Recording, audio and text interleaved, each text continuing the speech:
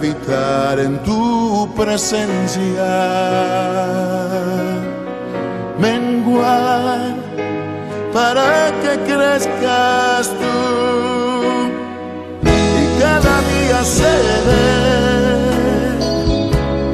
más como tú.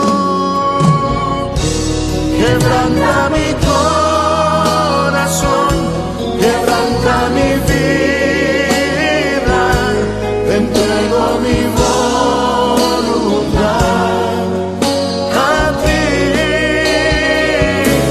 Todo lo que soy, Señor, todo cuanto tengo es tuyo.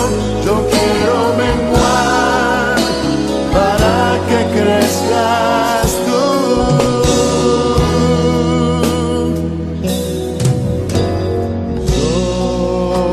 Yo quiero más de ti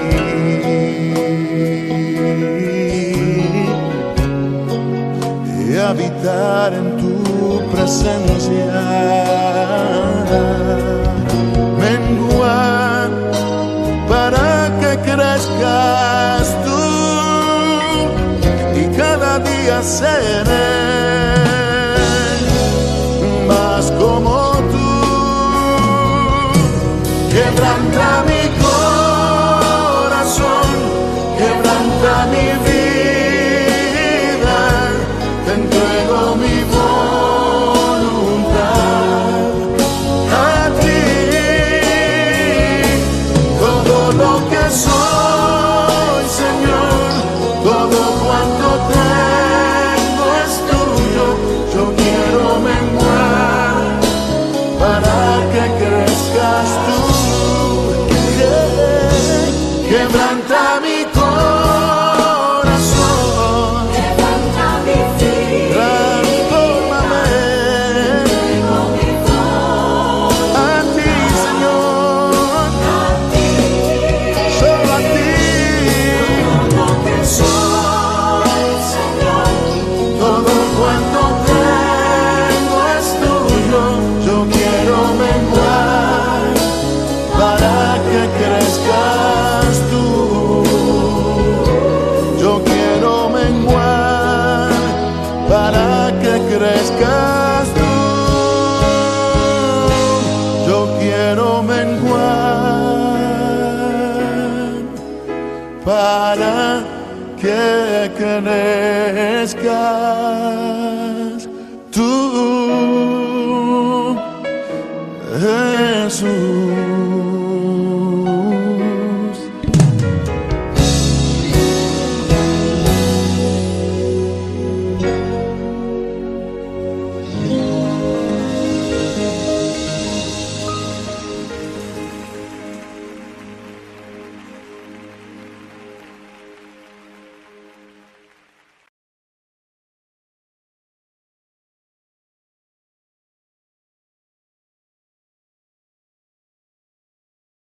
El libro de Proverbios, capítulo 1. Estos son los proverbios de Salomón, hijo de David, rey de Israel. El propósito de los proverbios es enseñar sabiduría y disciplina y ayudar a las personas a comprender la inteligencia de los sabios. Su propósito es enseñarles a vivir una vida disciplinada y exitosa y ayudarles a hacer lo que es correcto, justo e imparcial. Estos proverbios darán inteligencia al ingenuo, conocimiento y discernimiento al joven. Que el sabio escuche estos proverbios y se haga aún más sabio. Que los que tienen entendimiento reciban dirección al estudiar el significado de estos proverbios y estas parábolas, las palabras de los sabios y sus enigmas. El temor del Señor es la base del verdadero conocimiento, pero los necios desprecian la sabiduría y la disciplina. Hijo mío, presta atención cuando tu padre te corrige. No descuides la instrucción de tu madre. Lo que aprendas de ellos te coronará de gracia y será como un collar de honor alrededor de tu cuello. Hijo mío, si los pecadores quieren engatusarte, dales la espalda. Quizás te digan, ven con nosotros, escondámonos y matemos a alguien. Vamos a emboscar a los inocentes solo para divertirnos. Vamos a tragarlos vivos, como lo hace la tumba. Vamos a tragarlos enteros, como a quienes descienden a la fosa de la muerte. Piensa en todas las grandes cosas que conseguiremos. Llenaremos nuestras casas con todo lo robado. Ven, únete a nosotros. Entre todos compartiremos el botín. Hijo mío, no vayas con ellos. Mantente alejado de sus caminos. Ellos corren a cometer malas acciones. Van deprisa a matar. Si un pájaro ve que le tienden una trampa, sabe que tiene que alejarse. En cambio, esa gente se tiende una emboscada a sí misma. Pareciera que busca su propia muerte. Así terminan todos los que codician el dinero. Esa codicia les roba la vida. La sabiduría hace oír su voz en las calles. Clama en la plaza pública. La sabiduría clama a los que están reunidos frente a la entrada de la ciudad y a las multitudes por la calle principal. Simplones, ¿hasta cuándo insistirán en su ignorancia? Burlones, ¿hasta cuándo disfrutarán de sus burlas? Necios, ¿hasta cuándo odiarán el saber? Vengan y escuchen mi consejo. Les abriré mi corazón y los haré sabios. Los llamé muy a menudo, pero no quisieron venir. Les tendí la mano, pero no me hicieron caso. No prestaron atención a mi consejo y rechazaron la corrección que les ofrecí. Por eso me reiré cuando tengan problemas.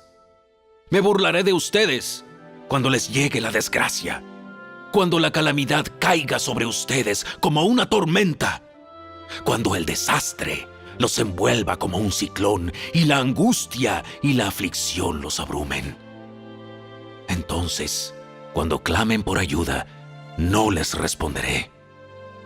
Aunque me busquen con ansiedad, no me encontrarán, pues odiaron el conocimiento y decidieron no temer al Señor.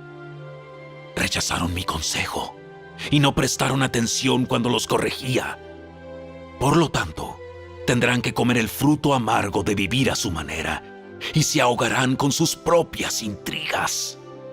Pues los simplones se apartan de mí hacia la muerte. Los necios son destruidos por su despreocupación. En cambio, todos los que me escuchan vivirán en paz, tranquilos y sin temor del mal.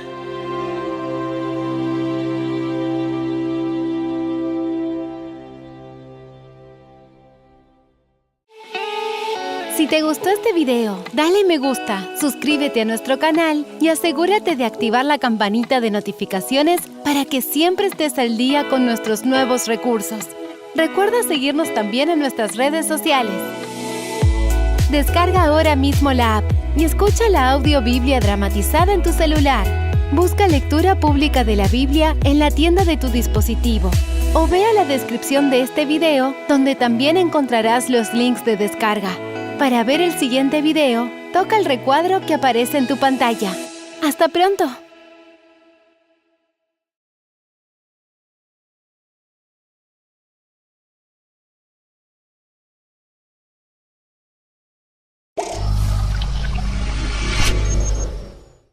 Biblia explicada. Un recorrido diario por las Sagradas Escrituras. Vamos a continuar nuestro recorrido explicativo por el texto bíblico y en esta oportunidad hemos llegado a la edición 629 con el capítulo 1 del libro de Proverbios, Proverbios de Salomón. Hoy me acompaña mi esposa, Lady Barrueta de Suárez. Me acompañará en este recorrido por el libro de Proverbios. Esperamos que me acompañe en Eclesiastés y Cantares.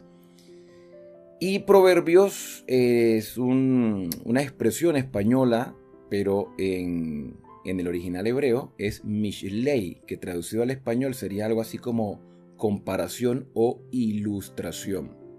Porque Salomón, quien escribió este libro de Proverbios, comparó las realidades eternas, la vida espiritual, con cosas del diario vivir, con cosas cotidianas.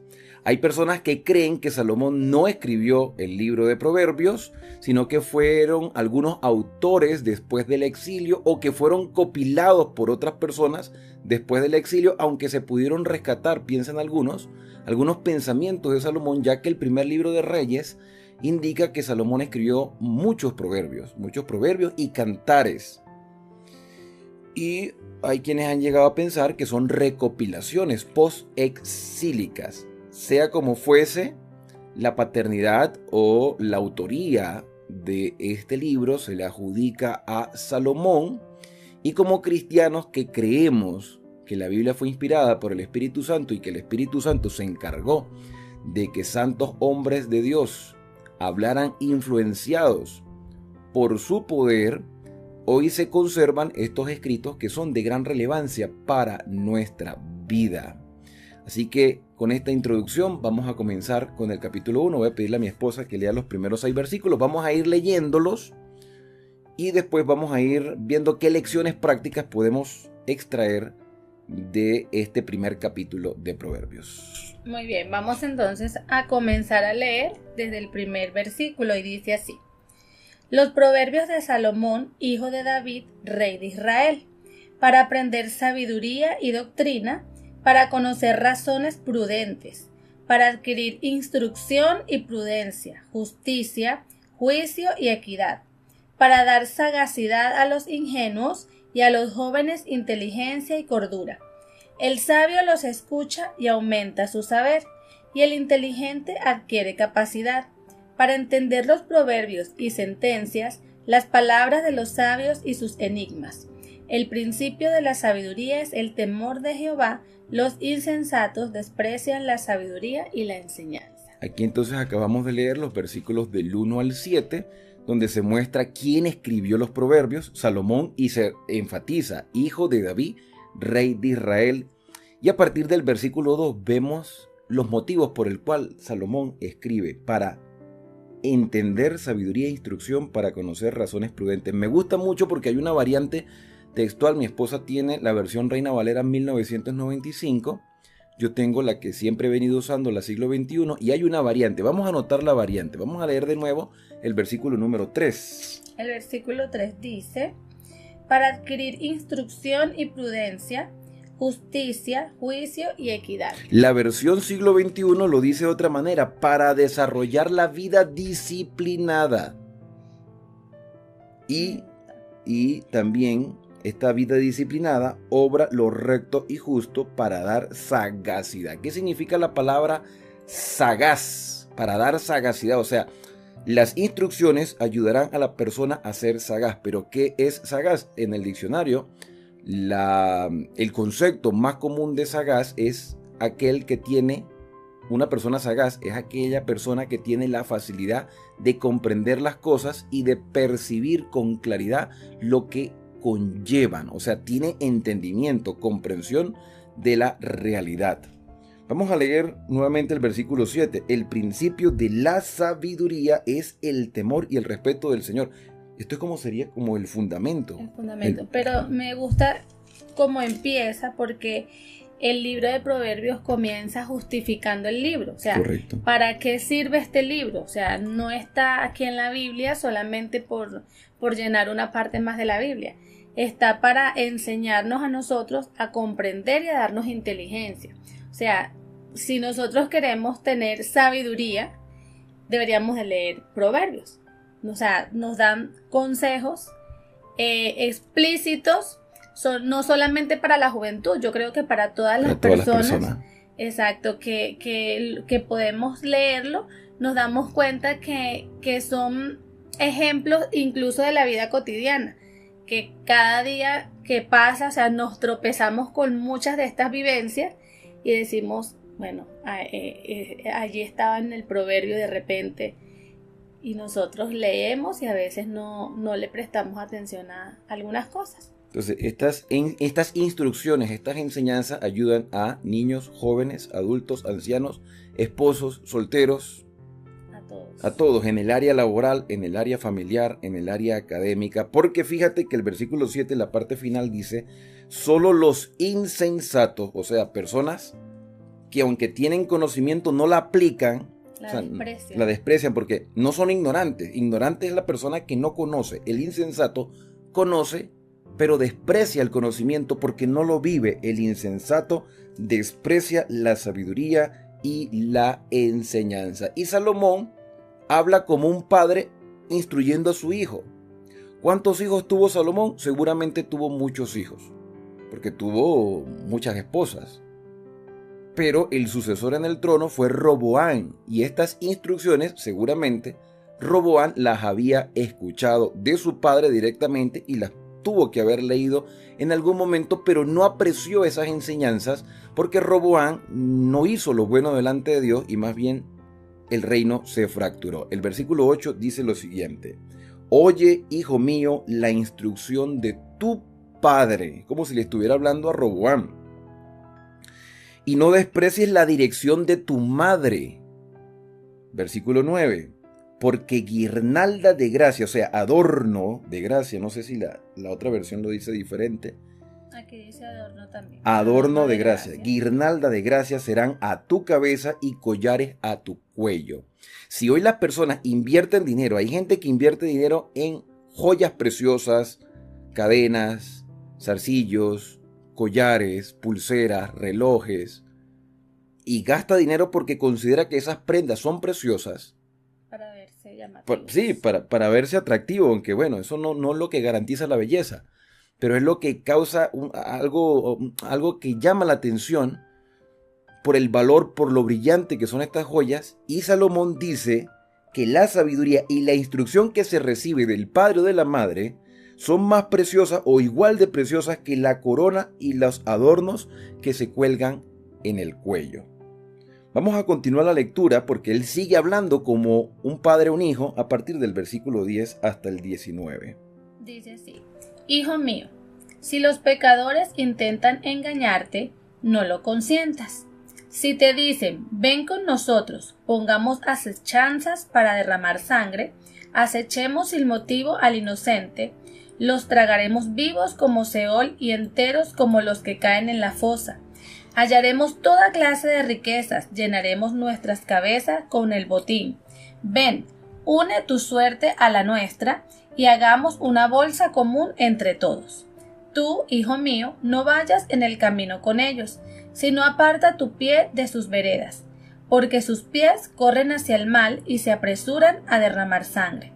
En vano es tender una red ante los ojos del ave, pero ellos a su propia sangre ponen acechanzas, contra sí mismos tienden la trampa.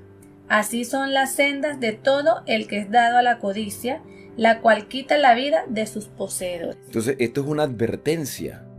Fíjate que el versículo 19 dice, tal es el fin del que se da a la codicia para quitar la vida de sus poseedores. O sea, Salomón advierte a su hijo de las malas influencias, las malas amistades, los malos consejeros, las personas que justifican, dice, el fin justifica los medios. Es decir, bueno, nosotros queremos alcanzar esto según nuestra propia percepción. Venga, vamos a hacer esto, vamos a quitarle esto al que tiene. Por encima de otras personas a veces. Echando por tierra los principios. Echando por tierra los principios y más en la edad adolescente, que es cuando más se recibe influencia de compañeros en las instituciones educativas o incluso siendo adulto en el ambiente laboral. Podemos dejarnos influenciar por personas creyendo que la mayoría tiene la razón, cuando en realidad la mayoría de las personas en el mundo ha echado por tierra los principios.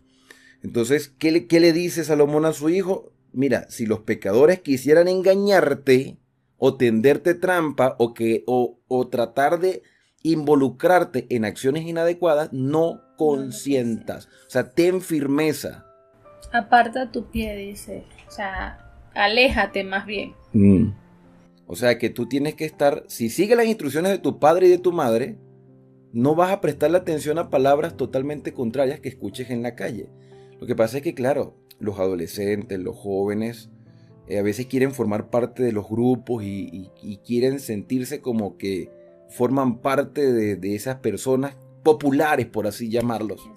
Por así llamarlos populares. Los que somos padres y tenemos hijos adolescentes sabemos, porque ya pasamos por eso y porque tenemos hijos que nos expresan eso también, es decir, oye, yo no soy el popular del colegio porque, no sé, no hago lo que quiero, sino que me baso en principios. Y a veces los adolescentes se sienten mal por eso porque quieren ser como reconocidos públicamente por lo que hacen, pero en realidad es mejor obedecer principios que simplemente llamar la atención en público, porque la fama es pasajera, pero los principios son eternos. Continuamos con el versículo 20. La sabiduría clama en las calles. Es como que si hubiese un anhelo de decir, mira, necesitamos realmente la sabiduría en nuestra vida, la podemos encontrar, pero no hay quien la desee. La sabiduría clama en las calles, da su voz en las plazas, clama en los principales lugares de reunión, en las puertas de la ciudad, da sus razones. Hay una pregunta en el versículo 22. Es como que la sabiduría estuviera haciéndose sentir. Sí. Buscando personas dispuestas a conseguirla, pero no consigue quién. Lamentablemente ahorita en este mundo actual, y lamentablemente no vamos a decir que va a mejorar por la situación, porque sabemos que este mundo va de mal en peor. Eso es lo que falta, sabiduría. Y no todas las personas logran obtener. De repente hay personas que tienen inteligencia pero no sabiduría. Una cosa son conocimientos, pero otra cosa muy diferente es la sabiduría. Una persona puede ser muy inteligente y tener muchos conocimientos, pero al no aplicar esos conocimientos no es sabio. O sea, es un insensato. Ahora, fíjate que hay una pregunta en el versículo 22, dice, ¿hasta cuándo los simples amarán la simpleza y los burladores se complacerán en burlarse y los insensatos aborrecerán la ciencia? Es como que si Salomón, que vivió aproximadamente en el siglo IX antes de Cristo, estuviera hablando a la generación del siglo XXI, o sea, la generación de hoy. Porque uno se mete en las redes sociales y ve tanta simpleza, ve tanta cosas superficiales, tantos burladores, porque todo parece un chiste. No, y no hay necesidad de meterse incluso en las redes sociales. Por lo menos yo, que soy docente, en un salón de clase lo puedo observar claramente, mayormente en bachillerato, cuando los chicos pues hablan puras simplezas, cuando de repente se nota mediante sus burlas hacia otros compañeros, ¿sí? Se nota pues en cierto sentido la educación que de repente puedan recibir o no recibieron. O quizás los problemas de la casa los reflejan en el colegio, haciéndose los interesantes quizás. Exacto, pero entonces ahí es donde yo digo que de repente como padres cristianos, o que no digamos de repente cristianos, porque puede ser que una persona no sea cristiana pero tenga los principios, ¿no? Es importante que le enseñemos a nuestros hijos que el burlarse de los compañeros, el burlarse de otra persona, pues cae también en ese juego, ¿no? O sea, no es correcto ante Dios el burlarse, así sea simplemente porque le dio risa y cayó en ese juego, vamos a decirlo así. O de repente si ve que están burlándose, haciendo algún tipo de bullying a algún compañero, porque es muy común en los adolescentes, alejarse, decirle que se debe de alejar de allí, o ayudar a la persona, a la víctima, vamos a decirlo, pero no ponerse en el lugar de los compañeros que se están burlando, porque entonces estaría haciendo lo mismo, o sea, sería parte del grupo que habla acá, ¿no? Sí, por eso dice, ¿hasta cuándo los simples amarán la simpleza? O sea, tiene que haber un cambio radical y empezar desde nuestros hogares para que se refleje en la calle. Yo pienso que todos esos problemas que estás mencionando son el reflejo de los problemas que están dentro de la casa. Sí. Versículo 23. Si respondes a mi reprensión, derramaré mi espíritu sobre vosotros. Es como que si el mismo Dios también estuviese hablando a través de Salomón. Si respondes a mi reprensión, derramaré mi espíritu sobre vosotros y os haré saber mis palabras por cuanto llamé y no quisisteis oír. En realidad está hablando de la sabiduría.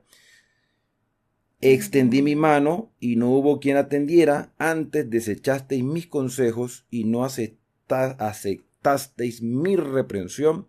También yo me reiré. Bueno, Dios no se ríe de nadie, sino que es como quería decir, mira, tú hiciste lo malo y la consecuencia te va a caer encima. Yo me reiré de vuestra calamidad, me burlaré cuando os venga lo que teméis, cuando venga de repente la destrucción que temíais, y vuestra calamidad llegue como un torbellino.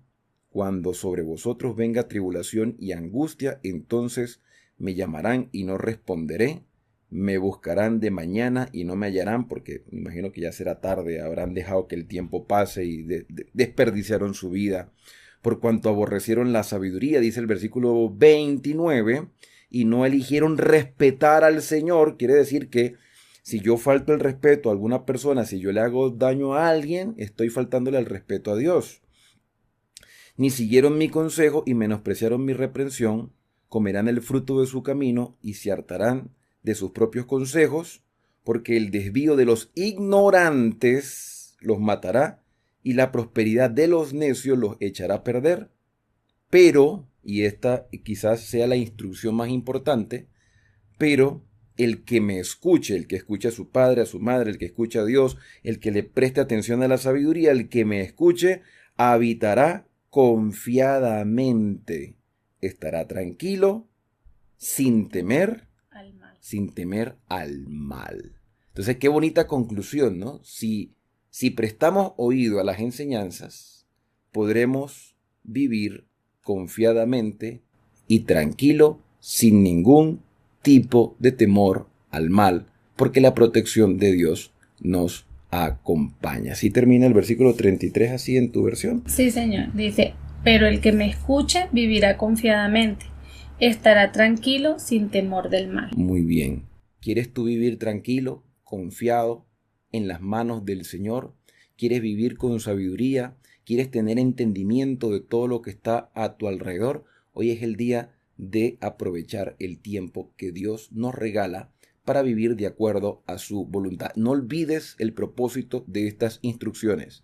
El propósito es entender instrucción, conocer razones prudentes, desarrollar la vida disciplinada, dar inteligencia y cordura principalmente a los jóvenes, también a los adultos, pero por sobre todas las cosas honrar a Dios y respetar a los demás, y eso demostrará lo que realmente hay en nuestra mente y en nuestro corazón.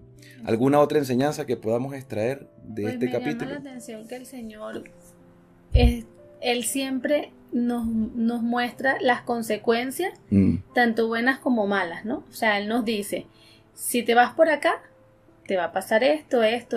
Pero si agarras el otro camino. Pero si agarras este camino, te va a pasar esto.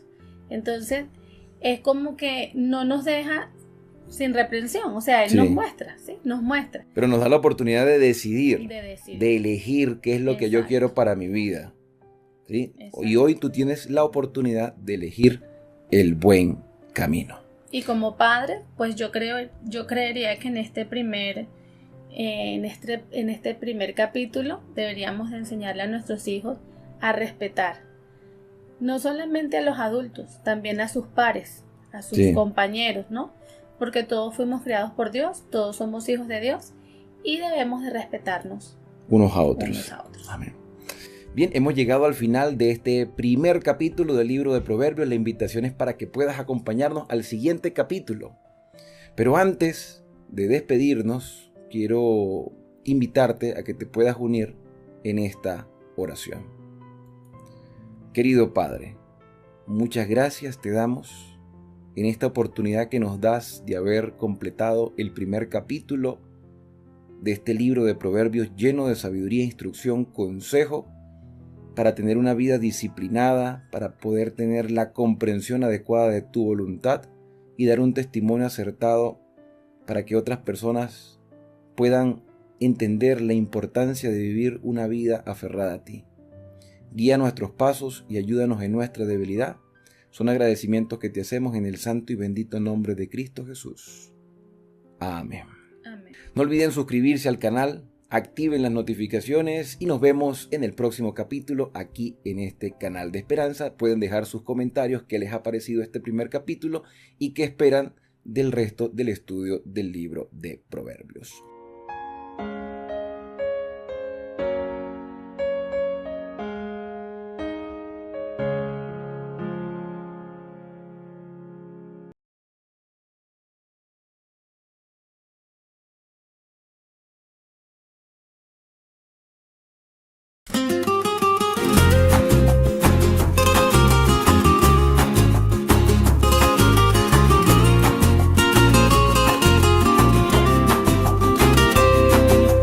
Aclamad a Dios con alegría, toda la tierra. Cantad la gloria de su nombre. Poned gloria en su alabanza. Decid a Dios cuán asombrosas son tus obras. Por la grandeza de tu poder se someterán a ti tus enemigos. Toda la tierra te adorará y cantará a ti. Cantarán a tu nombre. Venid y ved las obras de Dios. Temible en hechos sobre los hijos de los hombres. Volvió el mar en seco, por el río pasaron a pie. Allí en él nos alegramos, el señorea con su poder para siempre. Sus ojos atalayan sobre las naciones. Los rebeldes no serán enaltecidos. Aclamad a Dios con alegría, toda la tierra. Cantad la gloria de su nombre. Poned gloria en su alabanza. Decid a Dios cuán asombrosas son tus obras. Bendecid pueblos a nuestro Dios y haced oír la voz de su alabanza. Él es quien preservó la vida a nuestra alma y no permitió que nuestros pies resbalasen. Porque tú nos probaste, oh Dios, nos ensayaste como se afina la plata. Nos metiste en la red, pusiste sobre nuestros lomos pesada carga. Hiciste cabalgar hombres sobre nuestra cabeza. Pasamos por el fuego y por el agua y nos sacaste abundancia. Aclamad a Dios con alegría, toda la tierra. Cantad la gloria de su nombre. Poned gloria en su alabanza. Decid a Dios cuán asombrosas son tus obras. Entrar en tu casa con holocaustos, te pagaré mis votos que pronunciaron mis labios. Y habló mi boca cuando estaba angustiado. Holocaustos de animales engordados te ofreceré. Con sahumerio de carneros te ofreceré en sacrificio bueyes y machos cabríos. Venid hoy todos los que teméis a Dios y contaré lo que ha hecho a mi alma. A él clamé con mi boca y fue exaltado con mi lengua. Si en mi corazón hubiese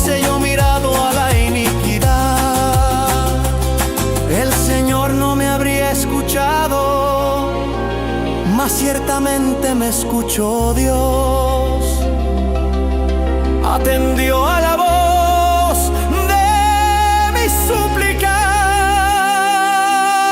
Aclamad a Dios con alegría, toda la tierra, cantad la gloria de su nombre, poned gloria en su alabanza. Decid a Dios cuán asombrosas son tus obras. Bendito sea Dios, que no echó de sí mi oración ni de mí su misericordia.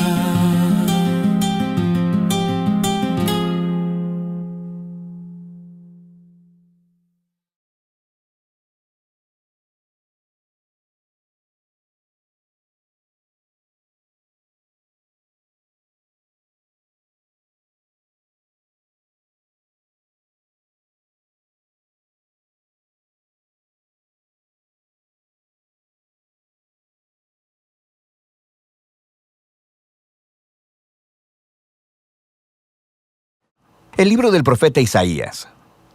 Isaías vivió en Jerusalén durante la segunda mitad del periodo del reino de Israel, y él habló a nombre de Dios a los líderes de Jerusalén y Judá. Primero que nada, él habló un mensaje sobre el juicio de Dios.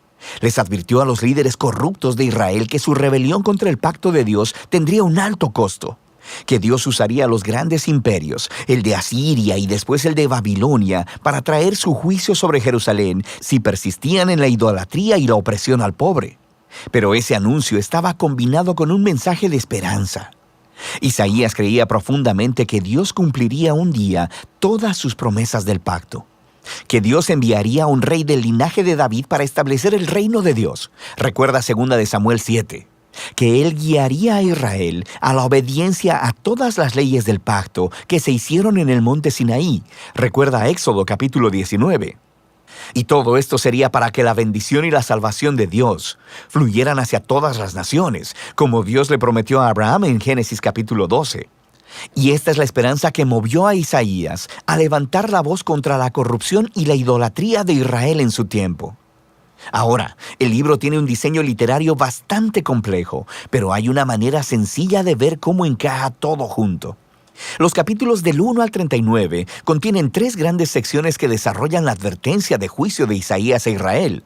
Y todo culmina en un evento señalado al final del capítulo 39, la caída de Jerusalén y el exilio del pueblo en Babilonia. Pero en los capítulos del 1 al 39 también hay un mensaje de esperanza, de que después del exilio, todas las promesas del pacto de Dios se cumplirían. Y en los capítulos del 40 al 66 retoman esa promesa de esperanza y la desarrollan más. En este video solo nos enfocaremos en los capítulos 1 al 39. La primera sección principal se enfoca en la visión de juicio y de esperanza de Isaías para Jerusalén. Y comienza conforme Isaías acusa a los líderes de la ciudad de rebeldía contra el pacto, idolatría e injusticia. Y Dios dice que Él juzgará a la ciudad enviando a las naciones a conquistar a Israel. Isaías dice que esto será como un fuego purificador que acabará con todo lo que es indigno en Israel para crear una nueva Jerusalén que esté poblada por un remanente que se ha arrepentido y regresado a Dios. E Isaías dice que entonces será cuando el reino de Dios vendrá y todas las naciones vendrán al templo en Jerusalén y aprenderán de la justicia de Dios, produciendo un tiempo de paz universal y armonía. Ahora, esta narrativa básica del juicio sobre la vieja Jerusalén, purificándola en una nueva Jerusalén, será repetida una y otra vez a lo largo del libro, siendo cada vez más detallada. Entonces, en el centro de esta sección tenemos la gran visión de Isaías. Dios sentado en su trono en el templo, y Él está rodeado por estas criaturas celestiales que están exclamando que Dios es santo, santo, santo. E Isaías de repente se da cuenta de lo corruptos que son él y su pueblo, Israel. Y él está convencido de que va a ser destruido por la santidad de Dios, pero no es así. La santidad de Dios en la forma de un carbón encendido viene y lo quema, pero no para destruirlo, más bien lo purifica de su pecado. Y conforme Isaías medita en esta extraña experiencia, Dios lo envía a realizar una tarea muy difícil. Él debe seguir anunciando el juicio venidero. Pero debido a que Israel ha llegado al punto sin retorno, sus advertencias tendrán un efecto paradójico y endurecerán al pueblo. Pero Isaías debe confiar en el plan de Dios. Israel va a ser cortado como un árbol y abandonado como un tronco en el campo. Y ese tronco será quemado y calcinado. Pero después de toda esa quemazón, Dios dice que ese tocón ardiente es una semilla santa que sobrevivirá para el futuro. Es una pequeña señal de esperanza. Pero, ¿quién o qué es esa semilla santa? El resto de la sección ofrece una respuesta. Isaías confronta a Acaz, un descendiente de David y rey de Jerusalén, y anuncia su caída. Dios dice que es el gran imperio de Asiria quien primero derribará a Jerusalén y devastará la tierra, pero hay esperanza. Por la promesa de Dios a David, después de esta destrucción, Él enviará un nuevo rey llamado Emanuel, que significa Dios con nosotros. Y el reino de Emanuel liberará al pueblo de Dios de los imperios violentos y opresores. E Isaías describe a este rey venidero como un retoño nuevo que surgirá del viejo tronco de la familia de David. Y este rey es la semilla santa del capítulo 6, y el rey será empoderado por el Espíritu de Dios para gobernar sobre una nueva Jerusalén y traer justicia para los pobres. Y todas las naciones buscarán la guía de este rey mesiánico. Su reino transformará toda la creación trayendo paz. Ahora, terminamos los capítulos del 1 al 12 con un entendimiento bastante bueno del mensaje de juicio y de esperanza de Isaías. Pero, ¿cuándo sucederá todo esto? Isaías vio otro imperio levantándose después de Asiria, y este es Babilonia, quien también atacaría a Jerusalén, y de hecho tendría éxito en destruirla. Y eso nos lleva a las siguientes secciones del libro. Primero tenemos una gran colección de poemas que exploran el juicio de Dios y la esperanza para las naciones. Se nos enseña primero que nada sobre la caída de Babilonia y de los vecinos de Israel. Isaías podía ver que el poder mundial de Asiria sería un día reemplazado por el imperio de Babilonia, una nación todavía más destructiva y arrogante. Y los reyes de Babilonia decían que eran más grandes que todos los otros dioses, así que Dios promete hacer caer a Babilonia.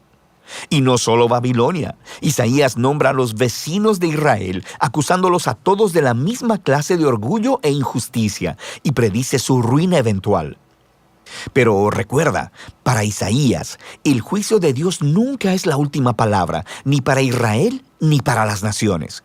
Y eso nos lleva a la siguiente sección, que es una serie de poemas que cuentan la historia de dos ciudades. Está la ciudad enaltecida, que se ha exaltado a sí misma por encima de Dios y se ha vuelto corrupta e injusta. La ciudad es un arquetipo de la humanidad rebelde, y se describe con un lenguaje que se toma prestado de las descripciones anteriores de Isaías de Jerusalén, Asiria y Babilonia, puestas todas juntas. Esta ciudad está destinada a la ruina y un día será reemplazada por la nueva Jerusalén, donde Dios reina como rey sobre una humanidad redimida, proveniente de todas las naciones, y no hay más muerte o sufrimiento. Estos capítulos son el clímax de esa sección y muestran cómo el mensaje de Isaías apunta mucho más allá de su tiempo. Era un mensaje para todos los que están esperando que Dios traiga justicia sobre los reinos violentos y opresores, y que traiga su reino de justicia, paz y amor sanador. La siguiente sección regresa el enfoque al ascenso y al descenso de Jerusalén. Y primero encontramos un conjunto de poemas donde Isaías acusa a los líderes de Jerusalén de volverse a Egipto para obtener protección militar contra Asiria. Él sabe que ese tiro le saldrá por la culata, e Isaías dice que solo confiar en Dios y el arrepentimiento puede salvarlos ahora, lo que se ilustra con la historia del ascenso de Ezequías, rey de Jerusalén. Justo como predijo Isaías, los ejércitos asirios vienen e intentan atacar la ciudad. Así que Ezequías se humilla delante de Dios y ora por liberación divina, y la ciudad es salvada milagrosamente de un día para otro. Pero el ascenso de Ezequías es seguido inmediatamente por su caída. Él recibe a una delegación de Babilonia e intenta impresionarlos al mostrarles los tesoros, el templo y los palacios de Jerusalén. Es claramente un esfuerzo para hacer otra alianza política para recibir protección. Isaías se entera y confronta a Ezequías por su necedad. Él predice que este aliado un día lo traicionará y regresará como enemigo para conquistar Jerusalén. Y sabemos por Segunda de Reyes, capítulo 24 y 25, que Isaías tenía razón. Más de 100 años después, Babilonia traicionaría a Jerusalén, vendría y destruiría la ciudad, su templo, y llevaría a los israelitas en exilio a Babilonia. Y así, todas las advertencias de juicio divino de Isaías, en los capítulos del 1 al 39, llevan hasta este momento. Se demuestra que él es un verdadero profeta, porque todo sucedió como él dijo. Pero recuerda que el propósito del juicio de Dios era purificar Jerusalén y traer la semilla santa y el reino mesiánico sobre todas las naciones. Y esa es la esperanza que se explora en la siguiente parte del libro. Pero por ahora, de eso tratan los capítulos 1 al 39 de Isaías.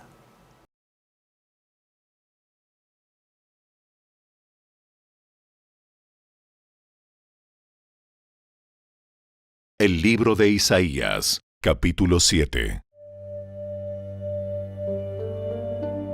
Cuando Acaz, hijo de Jotam y nieto de Usías, era rey de Judá, Resín, rey de Aram, y Peca, hijo de Remalías, rey de Israel, salieron para atacar a Jerusalén.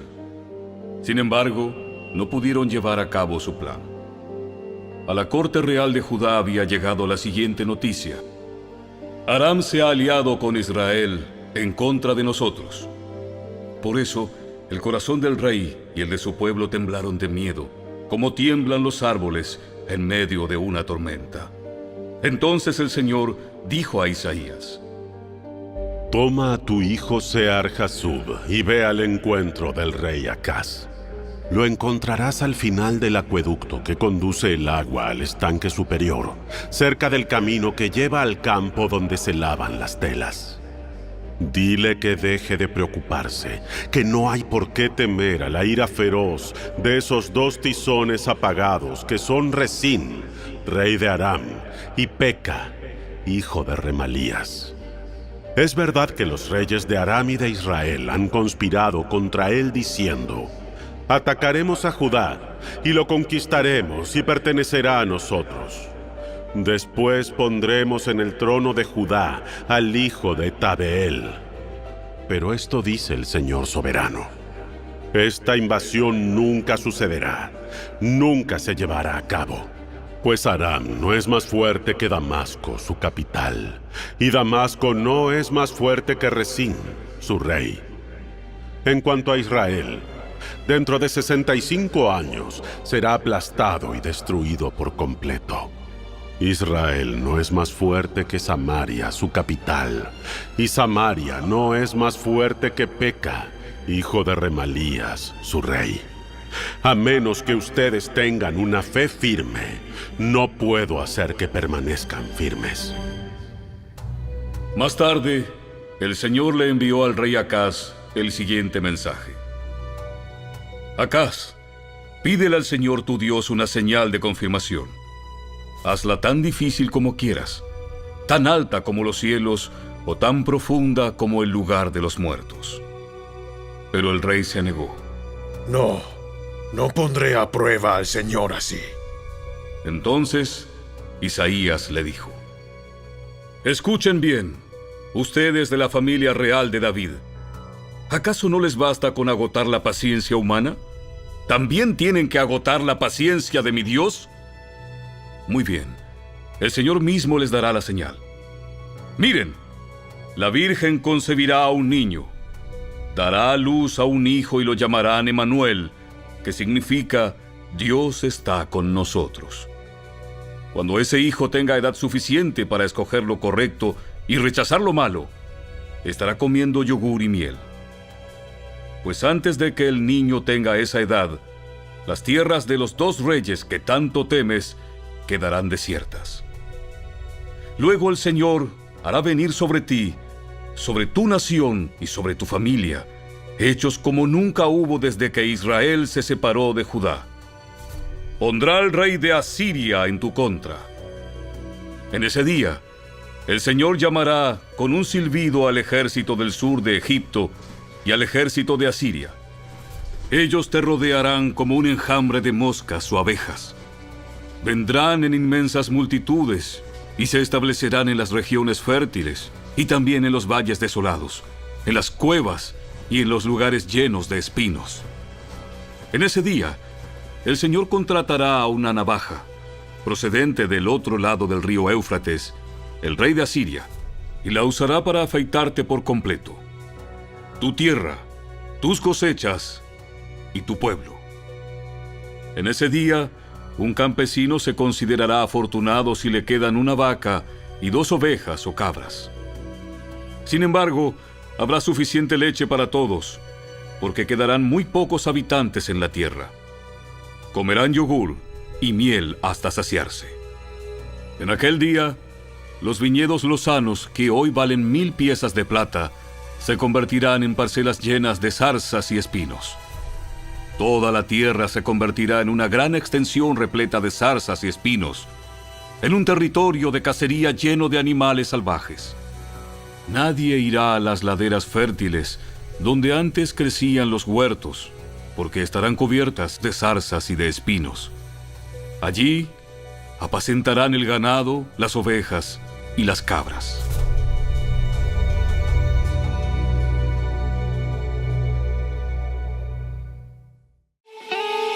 Si te gustó este video, dale me gusta, suscríbete a nuestro canal y asegúrate de activar la campanita de notificaciones para que siempre estés al día con nuestros nuevos recursos. Recuerda seguirnos también en nuestras redes sociales.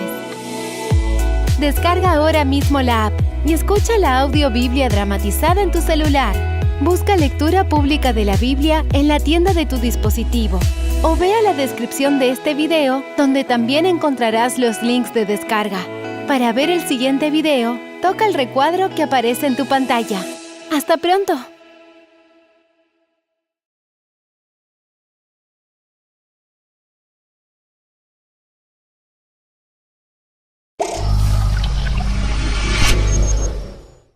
Biblia explicada.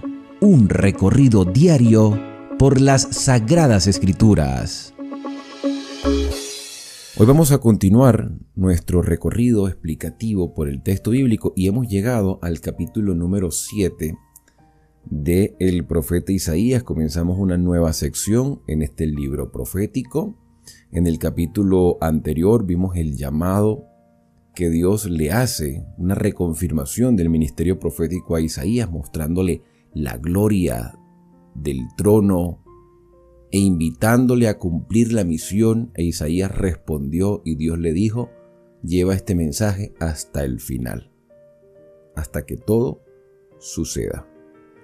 Bueno, ahora cambiamos de fecha y quiero mostrarles ahí en pantalla. Ustedes pueden ver a los reyes de Judá durante el ministerio de Isaías. Usías, que es el mismo Azarías, entre los años 792 y 740, y en el año en que muere Usías, entonces el Señor se revela a Isaías.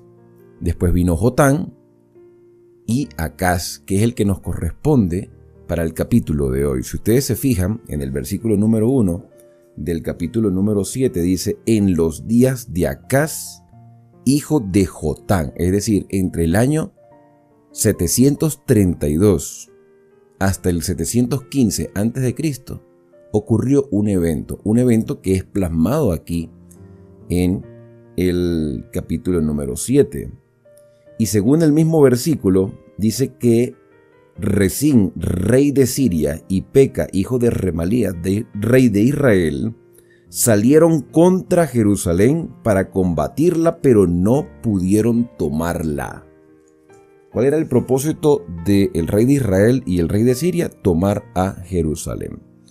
Como hicimos en el video anterior, voy a mostrarles una presentación que sacó una página llamada fustero.net ya hace algún tiempo, bueno, ya en el año 2021, pero el mensaje es adecuado para nuestro estudio.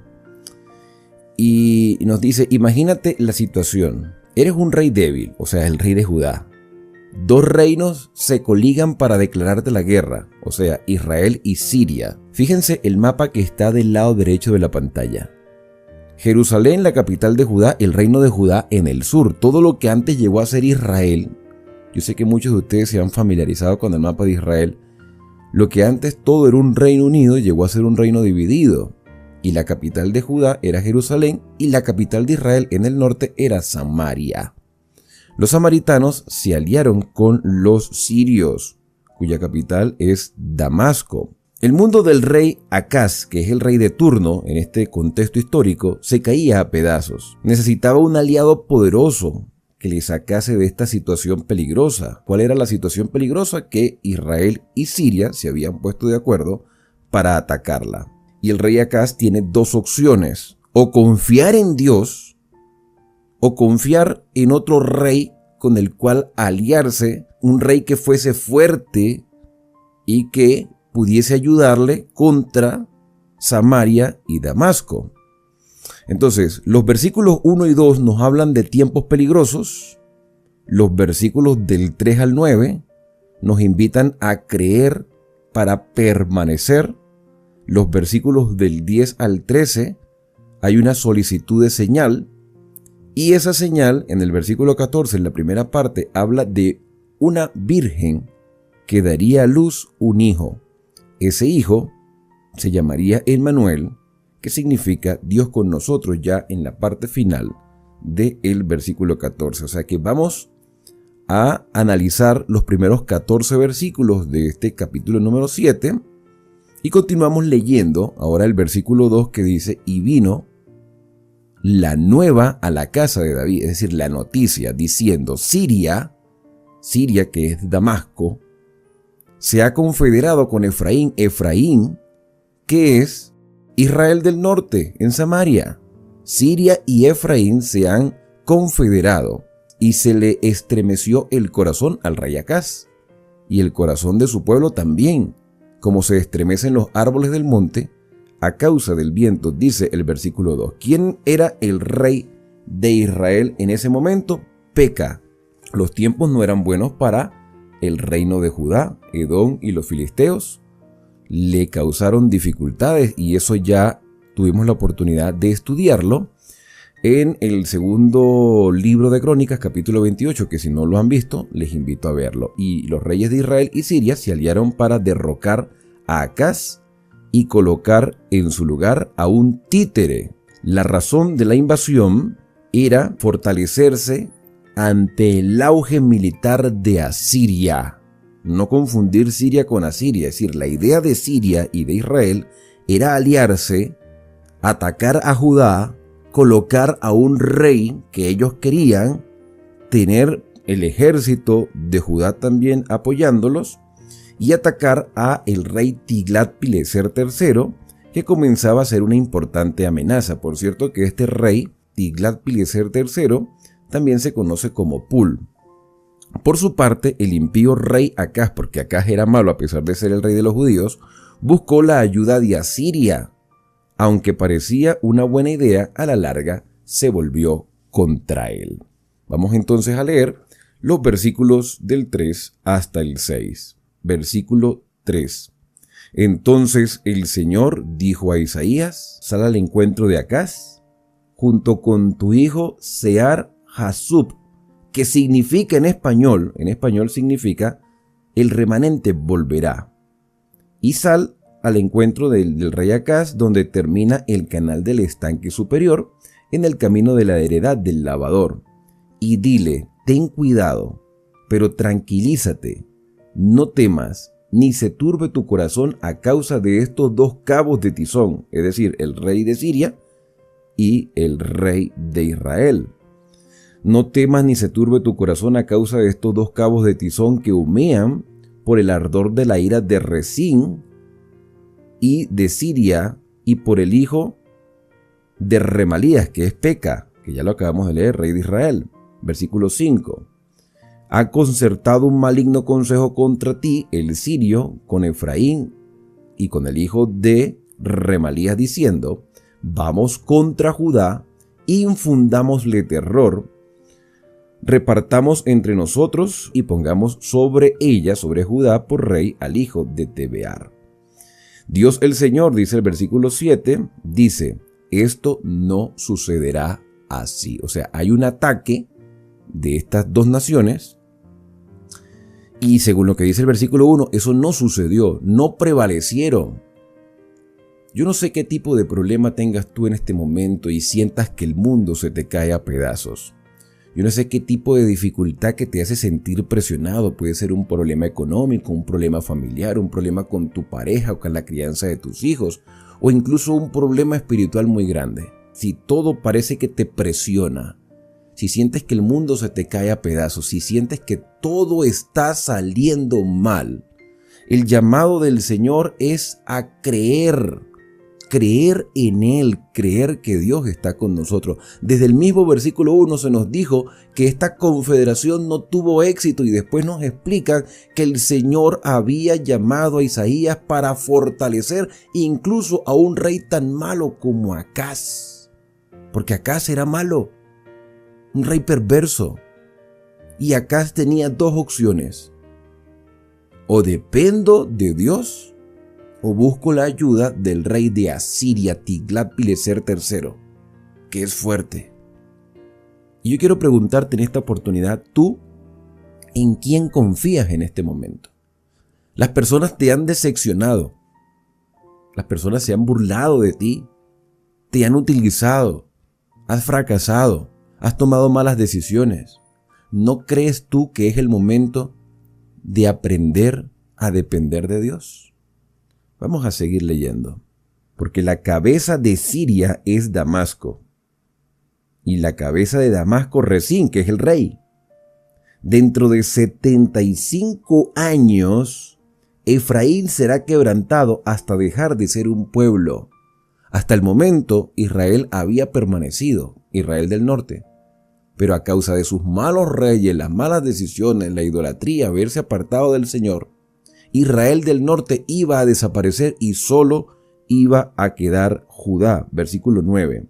Entre tanto, la cabeza de Efraín, que es Samaria, que es Israel, ahí lo dice, es Samaria, y la cabeza de Samaria, el hijo de Remalías, que es Peca, el rey. Si no creéis, no permaneceréis.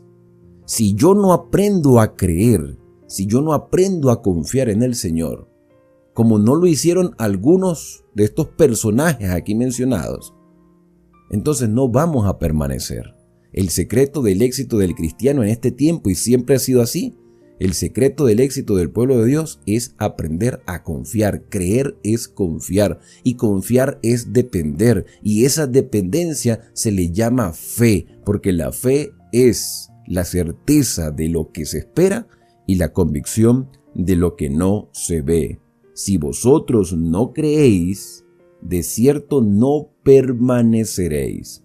Ahora, ¿por qué Dios permitió que Judá enfrentase esas dificultades? Bueno, porque estamos viviendo un conflicto entre el bien y el mal. Acaz fue el primer rey de Judá que llevó su impiedad al extremo de sacrificar a sus propios hijos a los ídolos, dice el segundo libro de Reyes, capítulo 16, verso 3. Acaz debió haber sido un ejemplo para la nación judía, pero se convirtió en un instrumento de maldad. Dios permitió estas dificultades para intentar volver al rey de su locura desenfrenada. Isaías tomó a su hijo, que ya lo leímos en los versículos 3 y 4, su hijo llamado Sear-Jasub, que significa el remanente volverá, y se presentó ante Acaz para llevarle un mensaje de esperanza y rogarle que confiara en el poder de Dios. Para Dios, estos peligrosos reyes Peca y Resín no eran sino humo, no son nada. Las dificultades que tú y yo estamos enfrentando no son nada a los ojos de Dios. Los relatos que hay en la Biblia es la confirmación de que Dios siempre ha ayudado a su pueblo. Y si Dios no ha abandonado a su pueblo en el pasado, no nos va a abandonar en este momento ni a ti, ni a mí, ni a ninguno de los que confían en Él. Para Dios, estos reyes Peca y Resín no eran sino humo. Si Acaz, igual que nosotros, confiamos en el Señor, si Acaz confiaba en Dios, su reino permanecería firme. Si tú confías en Dios, tú estarás firme. Versículo número del 10 hasta el 12. De nuevo, el Señor dijo a Acaz: pide para ti señal del Señor tu Dios, demándala de lo más profundo o de lo más alto. Pero Acaz respondió: no pediré ni tentaré al Señor. No era que Acaz no quería importunar al Señor. Era que Acaz no confiaba en el Señor. Hay personas que dicen: hermano, ore por mí. Y está bien porque la oración intercesora es un privilegio para quien la hace. Pero tú también puedes acercarte a Dios con toda libertad. Dios también te escucha a ti. Dios se interesa por ti, por tu salvación. Isaías le dice, imagínate Isaías con su hijo. No sabemos qué edad tenía su hijo, pero ella está con su hijo. El profeta representa a Dios. Su hijo representa al pueblo de Judá, o al remanente del pueblo de Judá. Y el niño se llama en español: un remanente volverá. Hay fieles en el pueblo de Judá, a pesar de que el rey es perverso. Hay fieles. Rey, aprende de esos fieles. Y Dios te está brindando a ti, rey, una oportunidad. No la desperdicies. Pídele una señal al Señor y Él te la dará. Y entonces el rey, como arrogante, dice: yo no necesito pedirle nada al Señor. No quiero importunarlo. Mentira. Era que no confiaba en Dios. Yo no voy a pedirle nada al Señor. Hermano, no seas rebelde. Tú puedes pedirle y acercarte al Señor. Dios quiere que tú te acerques a Él porque Él es el que te está buscando. Versículo número 13. Entonces dijo Isaías: oye ahora, casa de David, ¿es poco ser molesto a los hombres que también seáis molestos a Dios? Dios te está dando una oportunidad y tú la estás despreciando. Dios puso todo su poder a disposición de un ser humano impío como lo fue Acaz. Porque Dios busca al impío para transformarlo. Pídeme lo que quieras. Dios estaba dispuesto a cualquier cosa con tal de hacer nacer la fe en el corazón de Acaz y que éste se volviera a él. Pero Acaz no quiso que Dios le ayudase. Cerró totalmente la puerta de su corazón para no dejar entrar la fe. Ante este rechazo, Isaías dejó de hablar a Acaz de tu Dios y le reprochó que hubiese molestado a mi Dios. Ahora ya no es tu Dios, tú lo estás rechazando, pero es mi Dios. Versículo número 14, y allí vamos a ver que aunque el rey de Judá rechazó a Dios, Dios no rechazó a su pueblo, aunque muchas personas, líderes y diferentes personas en el mundo, incluso que se digan llamar creyentes, rechacen la voluntad del Señor. Dios está atento a su pueblo y veamos la señal, porque esta señal es una señal muy interesante. Versículo 14. Por tanto, el Señor mismo os dará señal. ¿Tú no quieres señal? Pero yo te voy a dar la que yo quiero darte, para que tú entiendas que yo no he abandonado a mi pueblo. Es interesante esta señal porque dice: he aquí una virgen, o la virgen, concebirá y dará a luz un hijo. Ahora, ¿a qué virgen se está refiriendo? Decíamos al principio del capítulo 1, cuando comenzamos a estudiar el libro, que estos mensajes tenían una aplicación directa para el pueblo de Israel, para el pueblo de Judá. Tenían una aplicación directa, es decir, ellos debían entender el mensaje y ver el cumplimiento de las promesas de esos mensajes. Pero también tienen una proyección escatológica y una aplicación para nuestro tiempo. Para ese contexto, ¿qué era lo escatológico o qué era la señal que esperaba el pueblo judío? Pues la venida del Mesías. En el capítulo número 3 de Génesis, el Señor había dicho que de la simiente de la mujer saldría uno que le pisotearía, que le pisaría la cabeza a la serpiente. Esa simiente es el Mesías prometido. Eva esperaba que fuera su hijo Caín y todas las generaciones han venido esperando al Mesías. De hecho, los judíos hasta el día de hoy esperan al Mesías. Pero los cristianos somos cristianos porque creemos que esta profecía se cumplió en Cristo. Pero, ¿cómo se cumplió esta profecía en el tiempo de Isaías? Si el mensaje sigue diciendo: una virgen dará a luz un hijo. Y dice la parte final del versículo 14, y será llamado su nombre Emmanuel, que traducido al español es Dios con nosotros. Y este niño, según el versículo número 15, comerá requesón y miel hasta que sepa desechar lo malo y elegir lo bueno. Porque antes que el niño sepa desechar lo malo y elegir lo bueno, será abandonado el país cuyos reyes temes.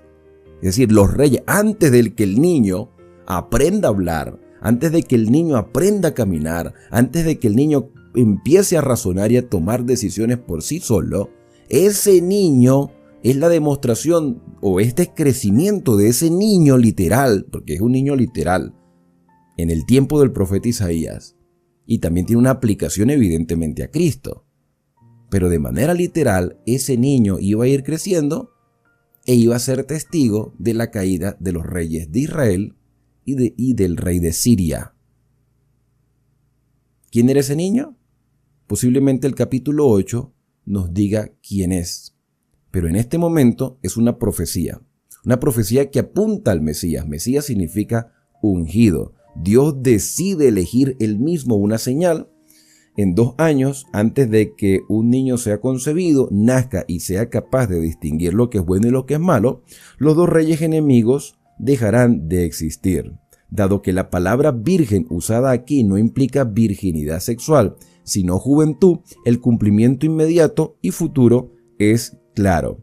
La madre que se muestra aquí de forma inmediata es la esposa de Isaías, y eso lo vamos a corroborar en el capítulo número 8. Es decir, Isaías está hablando de su esposa, una mujer joven que llegó a ser virgen, era virgen, se casó, ahora tiene un hijo. ¿Ok?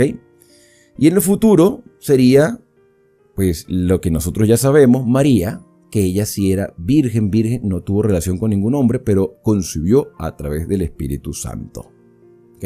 Tiene una aplicación, una connotación para el tiempo del profeta Isaías, tiene una connotación hacia el futuro. Entonces el hijo inmediato, según el capítulo 8 que vamos a estudiar en el próximo video, allí aparece su nombre, Mahel Salak Hasbat. Y en el futuro, evidentemente, sería Jesús, que significa, Emmanuel, Dios con nosotros. Y esta expresión Dios con nosotros también la vamos a ver en el capítulo 8. El nombre Emmanuel era un nombre distintivo dado por Dios como señal para testificar del propósito divino con respecto a Judá en este tiempo. La señal de Emmanuel testificaría de la presencia de Dios en medio de su pueblo para guiar, proteger y bendecir. Más allá de su cumplimiento inmediato futuro, esta es una profecía universal, Dios con nosotros. Aun cuando tengamos que pasar por situaciones difíciles, Dios está con nosotros, aunque tengamos que pasar por situaciones difíciles. El Señor está hoy tan dispuesto a acompañarnos como cuando acompañó a Jacob en su angustia o cuando paseó por el fuego junto a 3 jóvenes hebreos en el capítulo número 3 del libro de Daniel.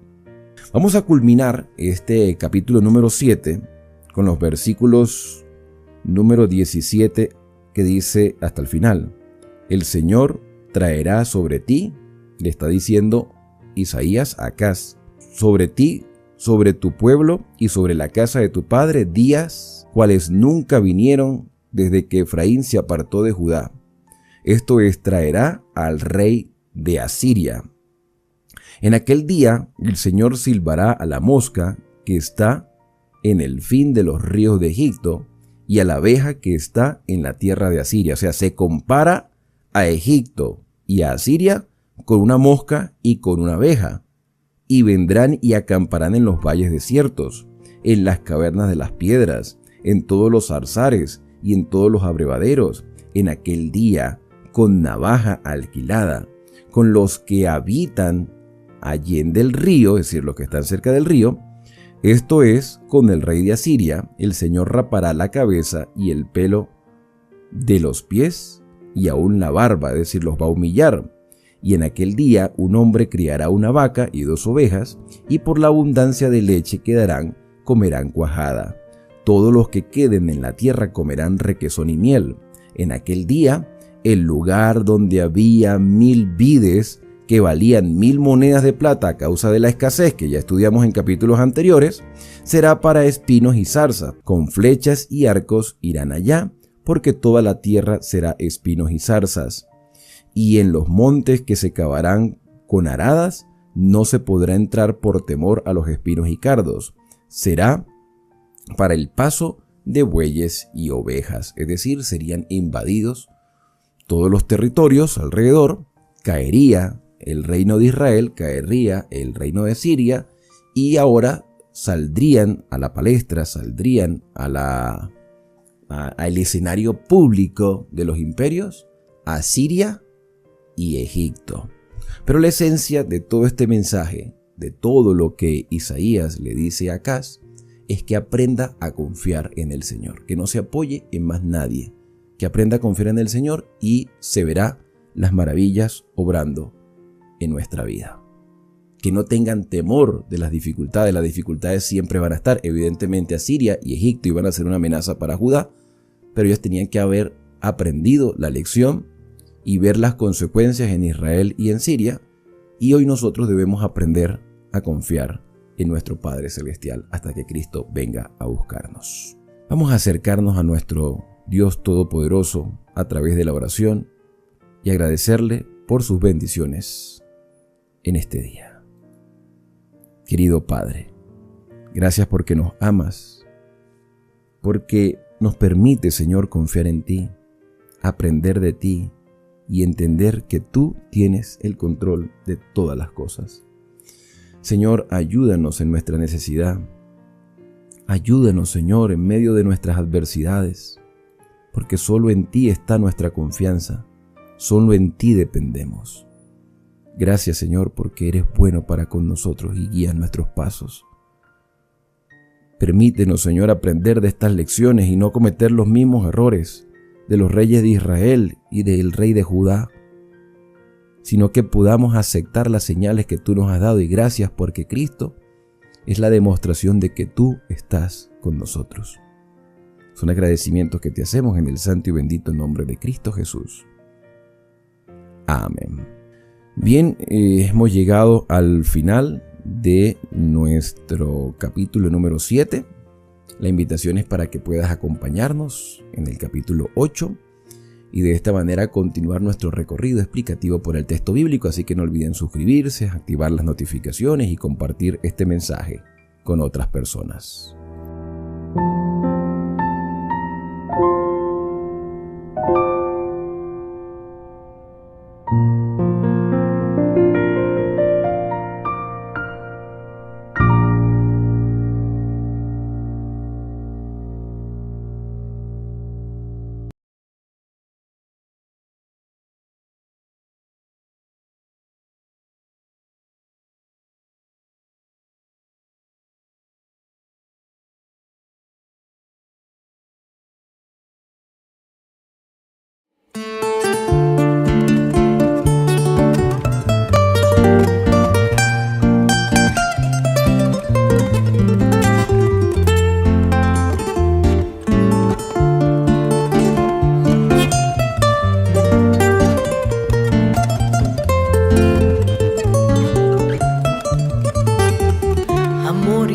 inconmensurable, amor puro y bendito, el amor de mi Cristo, incomparable amor, que aunque el mar se secare y se esfumen los montes, y allá en el horizonte no brille más el sol,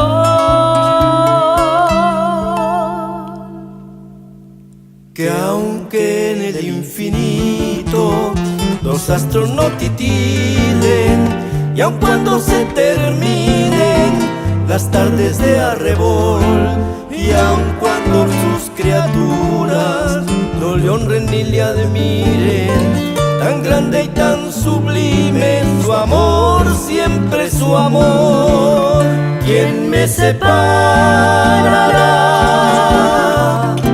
de ese amor tan grande? Ni temores ni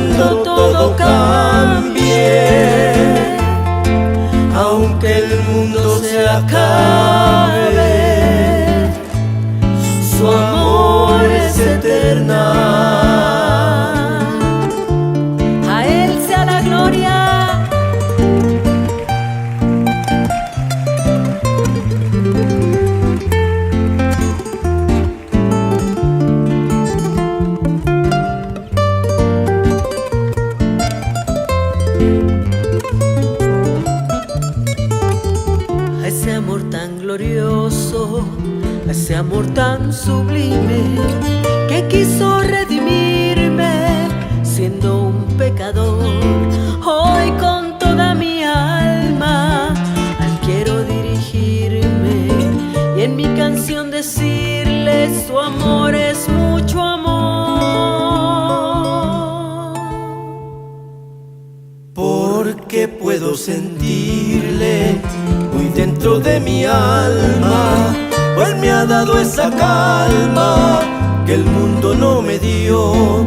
Ese amor tan bendito que al hombre solitario le brinda luz y amparo. Es el amor de Dios. ¿Quién me separará de ese amor tan grande? Ni temores ni hambre me podrán separar, porque el amor de Dios, aun cuando todo cambie, aunque el mundo se acabe, su amor es eterno.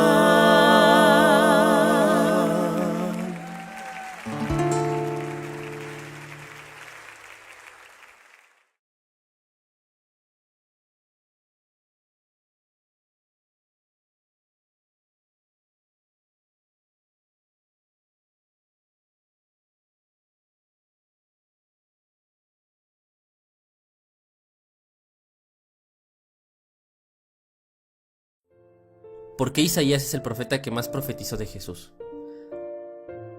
Isaías nació probablemente en Jerusalén hacia el 765 a.C. y fue asesinado por el rey Manasés en el 695 a.C. Isaías fue un estadista, asesor de reyes, poeta, orador y escritor, hijo de Amós con Z, no confundir con el profeta Amós con S, y se le considera uno de los profetas mayores hebreos. Es llamado por los judíos el príncipe de los profetas o el más importante, valorándosele fundamentalmente por las escrituras que legó a su nación y a las subsecuentes generaciones de su pueblo elegido. Tuvo 2 hijos, cuyos nombres proféticamente fueron significativos: Sear-Jasub, un remanente volverá, y Maher-Salal-Hasbaz, el despojo se apresura. Isaías y sus hijos son presagios para Israel. A su esposa la llamaban la profetisa. El ministerio profético de Isaías llegó a durar casi medio siglo, desde fines del gobierno de Azarías, rey de Judá, hasta los tiempos del rey Manasés. Isaías murió aserrado, partido en 2, durante la persecución provocada por el rey Manasés. Isaías fue un firme opositor a la política de alianza de los reyes de Judá con los imperios extranjeros y llamó a confiar en el pacto con Jehová, con Yahvé, con el único Dios verdadero. Se opuso al protectorado de Asiria que el rey Acaz propició para enfrentarse con el reino del norte de Israel y el de Damasco. El rey Ezequías quiso contrarrestar la hegemonía asiria, aliándose con Egipto, oponiéndose Isaías también a ello. Pero cuando las tropas asirias de Sennacherib sitiaron Jerusalén, Isaías apoyó la resistencia y anunció la ayuda de Dios y la ciudad se salvó. Muchos indoctos e inconstantes han querido poner en tela de juicio la autoría del libro de Isaías y aseguran que del capítulo 1 al 39 lo escribió una persona y del 40 al 66 otra, y que lo más seguro es que no fue Isaías y que él únicamente recopiló esto. En todos los institutos bíblicos y la inmensa mayoría de comentarios bíblicos repiten esta duda satánica y diabólica. Y eso es algo muy grave, porque para los judíos Isaías es el profeta más importante y quien más profetiza acerca del Mesías. Dudar de que el profeta Isaías fue quien escribió todo el libro de Isaías implica dudar de las profecías e implica dudar de Jesús. pero bendito sea el Espíritu Santo que nos confirma y demuestra que fue Isaías quien escribió todo el libro, del capítulo 1 al 66. Mateo 3:3 dice: pues este es aquel de quien habló el profeta Isaías cuando dijo: voz del que clama en el desierto, preparen el camino del Señor. Esto es referencia a Isaías 43. Mateo 13:14 dice: de manera que se cumple en ellos la profecía de Isaías que dijo: de oído oirán y no entenderán, y viendo verán y no percibirán. Eso es referencia a Isaías 6, del 9 al 10. El Espíritu Santo asegura que quien escribió los capítulos 6 y 40 fue Isaías, echando completamente por tierra la teoría satánica de los enemigos del Evangelio, indoctos e inconstantes que tuercen la palabra para su propia perdición. Hay 7 ejemplos, como el que le acabo de dar, en los evangelios que demuestran que Isaías fue quien escribió todo el libro de Isaías, del capítulo 1 al 66.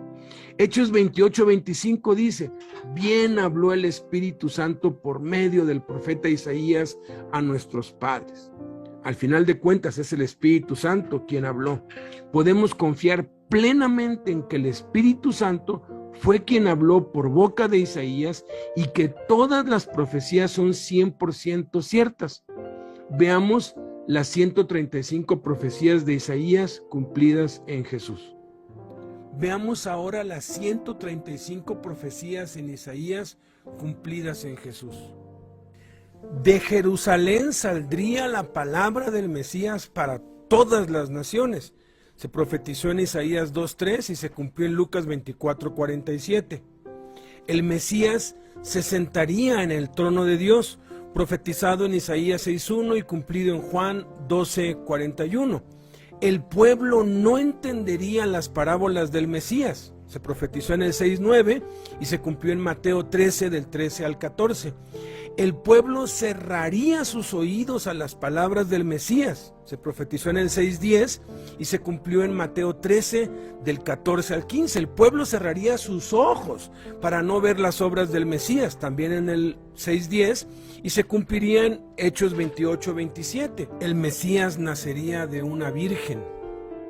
Sería llamado Emmanuel, Dios con nosotros. Tendría potestad sobre toda la tierra. Sería una piedra de tropiezo a los incrédulos. Iniciaría su ministerio en Galilea. Nacería como un ser humano, pero también nacería como rey. Sería el Hijo de Dios.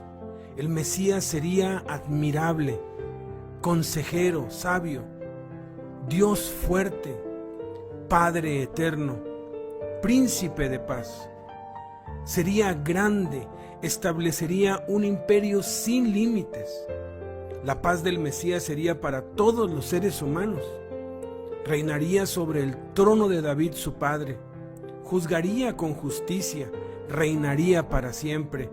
Sería llamado Nazareno, descendiente de Isaí. El Espíritu de Dios reposaría sobre el Mesías. Sería sabio e inteligente. Sería buscado por los gentiles. Sería salvación, Yeshua, para el pueblo. Juzgaría con justicia. Tendría la llave de David. Derrotaría a la muerte para siempre. Resucitaría a los muertos. Sería la piedra angular. Reprendería a los líderes y al pueblo por su hipocresía. Destruiría la sabiduría de los sabios y entendidos. Sería refugio para su pueblo. Sería Dios mismo quien vendría a salvar. El Mesías abriría los ojos de los ciegos, abriría los oídos de los sordos, sería precedido por una voz que clamaba en el desierto, sería mostrado y anunciado al pueblo, sería un pastor compasivo, sería el siervo escogido para los gentiles, sería manso y humilde, llevaría esperanza a los desesperados. Las naciones esperarían sus enseñanzas.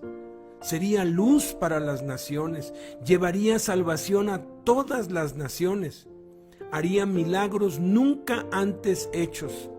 El Mesías sería el único Salvador. Enviaría su Espíritu. Toda rodilla se doblará delante del Mesías cuando venga a juzgar. Sería el primero y el último. Vendría como maestro. Sería llamado desde el vientre de su madre. Sería siervo humano. Sería salvación para Israel. El Mesías sería luz a los gentiles. Salvación hasta los confines de la tierra. Pero también sería menospreciado. Sería abominado por los de su propia nación. El cielo se oscurecería por causa del Mesías. El Mesías daría descanso al afligido. Sería obediente a Dios. Daría su cuerpo para ser herido. Sería abofeteado. Sería escupido. El pueblo conocería el nombre de Dios por medio del Mesías. Sería prosperado. Sería engrandecido. Sería exaltado sobre todo. Sería puesto muy en alto. Sería escandalosamente maltratado y desfigurado. El mensaje del Mesías sorprendería a las naciones. El pueblo del Mesías no creería en él. Vendría de una familia pobre. Parecería un hombre ordinario. Sería despreciado. Sería desechado. Varón de dolores. Experimentado en quebranto. Menospreciado. Tendría un ministerio de sanidad.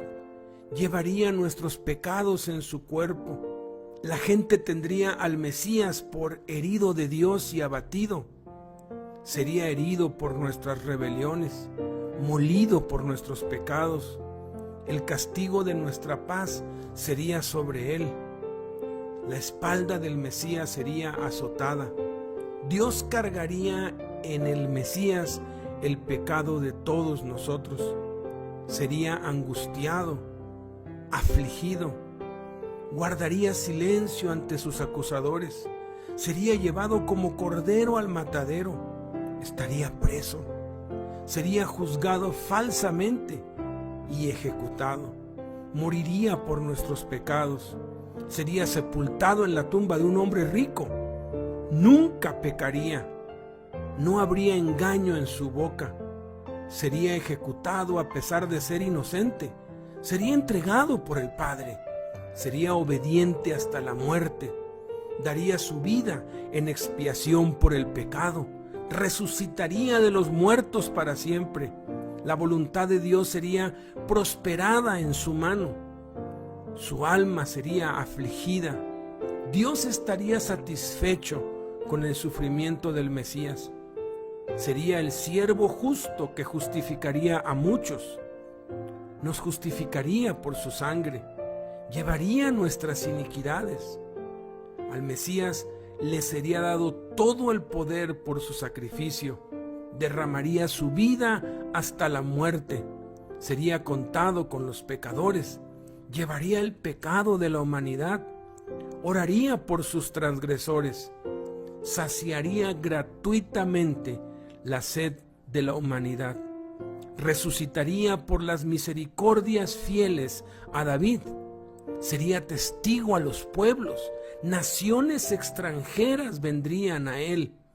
Sería el único mediador que nos podría salvar. El Mesías sería el redentor de Israel. Las naciones caminarían a su luz. El Espíritu de Dios vendría sobre él. Predicaría las buenas nuevas a los pobres. Pregonaría libertad a los cautivos, traería la gracia, la buena voluntad de Dios. Nos daría un nombre nuevo. Sería anunciado a la hija de Sión que el Mesías vendría a la ciudad. Su ropa sería teñida en sangre. Se identificaría con la aflicción de los afligidos. Los escogidos del Mesías heredarían la tierra.